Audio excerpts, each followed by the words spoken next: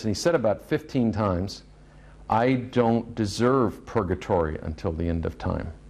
So finally I said, well, what is this all about purgatory at the end of time? He said, well, the way it stands right now, if I don't get this thing called absolution, I will go to purgatory until the end of time if I die. So I said, well, tell me more about this priest. I said, well, I'll take you up to see this priest. I'll cancel my schedule this afternoon.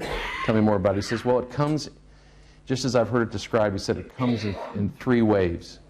He said, the first thing, I began to see every instance in my life that I committed a sin from the time I was about 7 or 8 years old, very vividly.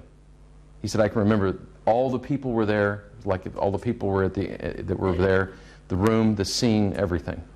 And he said, it just flashed before my eyes, so to speak. I said, well, did you have a vision? He said, no, you can't really see this, but it's like a reawakening of a very vivid memory, switching from each instance to the other.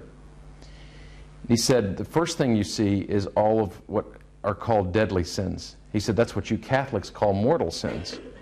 I said, how do you know that? He said, because as part of this experience, it seems like by some infused knowledge, I was given a teaching on the Catholic Church as part of this, that it's the one true church, the only true church, that the other churches are mistaken, that it's a church that is very much filled with evil in its structure right now, but that notwithstanding that, it's the only place I could receive this thing called absolution, other than from a Greek priest.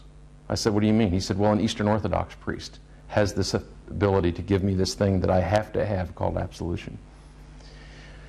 So I said, tell me more about this. He said, well, I saw all the deadly sins I committed. And then he said, then it started all over again. And he said, I saw all of the intentional sins that are not deadly. He said, you know, things where I knew better than to say something bad about a person, but I was in a group and people were making negative comments about someone and putting somebody down. So I would just went ahead and joined the conversation, although I had a little twinge of why am I doing this, but I just went ahead and did it because that's what everybody else was doing. He said, I saw every instance of that in my entire life. He said, now let me tell you the bad news and the good news. He said, the bad news, he said, now Kevin, he says, you know, you're like going to confession every week or two and going to Mass and Communion every day.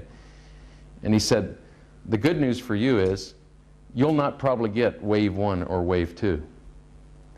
He said, but you will get wave 3. I said, well, what is wave 3? He said, I saw every time that I went into a Catholic church and did not genuflect and reverence the tabernacle of the Blessed Sacrament. He said, I would rather experience anything than what I experienced in that 3rd wave, let alone the first 2 waves.